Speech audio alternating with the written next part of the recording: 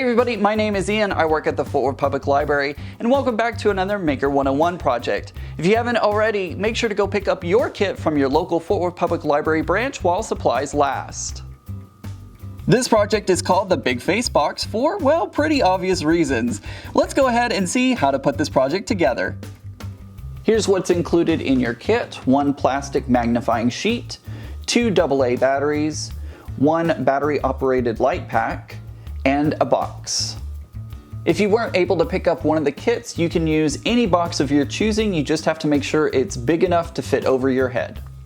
In addition to the items included in your kit, you'll need some items from around your house like packing tape, a pencil or pen, a ruler, a craft knife or scissors, and possibly a hot glue gun.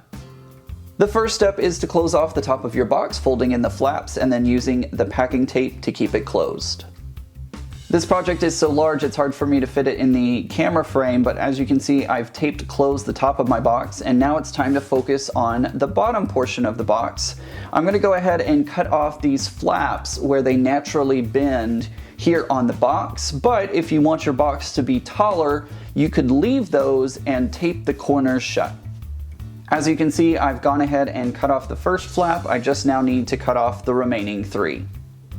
As you can see, I've gone ahead and cut off all four of the flaps, so we now have a closed-topped box with an open bottom, and now we need to decide which side we're going to put our lens on.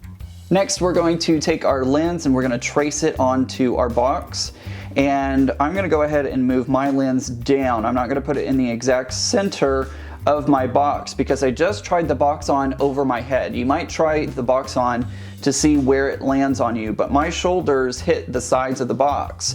And so if I put my lens in the exact center, you might cut out my chin, you may not be able to see my chin or other facial features. So I want to make sure to move mine down to the very edge, and I'm going to go ahead and trace it with my pencil.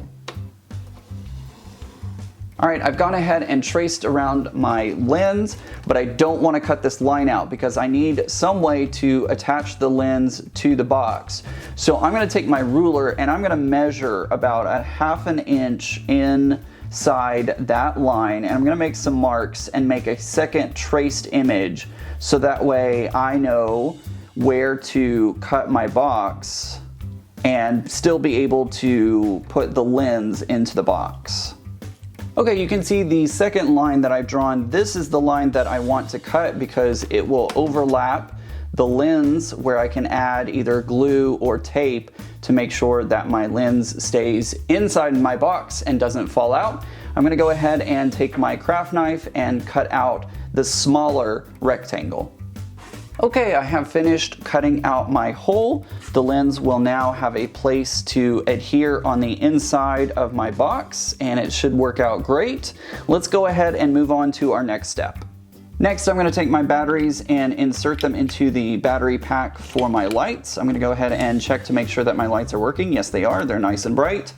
So I'm going to go ahead and put the lid on my battery pack. As you're unwinding and working with the lights, just be very careful because they are fragile and the wire can break if you're not careful, so just keep that in mind. What I'm going to do now is I'm going to go ahead and take my battery pack and I'm going to attach it into the back corner, so it's actually going to rest behind my head so it's not up against my head or going to fall on my head. I'm going to put it here in the back corner, and I'm going to use some tape for now, but I might want to hot glue it later so that way it stays inside the box. But just for measurement and our purposes right now, I'm just going to go ahead and tape it into the back of the box. Alright, there you go. You can see I've taped my battery pack onto the back of the box. Now I'm going to go ahead and take my wire, lead it up to the front where I've cut the hole. Like I said, I'm going to use some tape for now until I get everything settled, and then I might switch to hot glue. And I'm just going to take my lights and I'm going to wrap them and tape them around the hole that I cut. And I have enough lights that I think I can actually go around twice. So I'm going to go all the way around and then loop it back around to the start.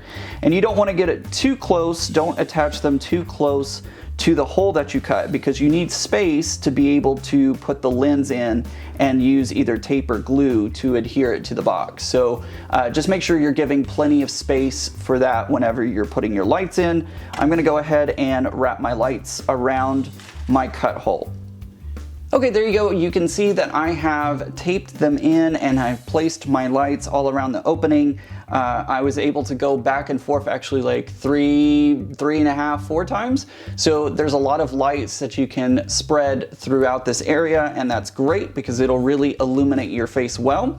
So now that we've done that, it's time to go ahead and attach our lens into the hole.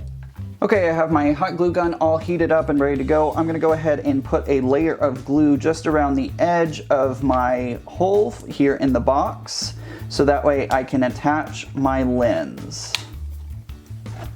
So now I'm gonna take my lens, now that I have the glue down, I'm gonna put the non-rough side, the smooth side, facing outwards, and I'm just gonna go ahead and pop my lens right into place and push it into the hot glue. There we go, my lens has been inserted into the opening that I cut into the box, but you don't have to use hot glue. You can always use the tape that we used earlier, and this tape is clear, at least the one that I have, so that's good because it will not cover up the lights if you were to accidentally cover them up using that tape. In fact, I'm probably going to use some of this tape to reinforce to make sure that the lens is inserted and will stay. I don't think it's going to go anywhere, but I'm just going to go ahead and reinforce it really quick with some tape just to make sure. And there we go, our big face box is done. If you want to decorate the outside of your box, you could absolutely do that using any technique you want. You could use paper and glue, you could use stickers, you could use markers, you can go crazy with whatever design you want to make on the outside.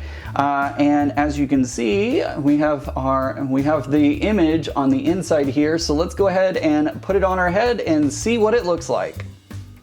All right, there we go. Our big face box is done. Let's go ahead and see it in action. I have already turned on the lights inside, so now all I'm gonna do is put it over my head and we'll see what happens. Try not to laugh.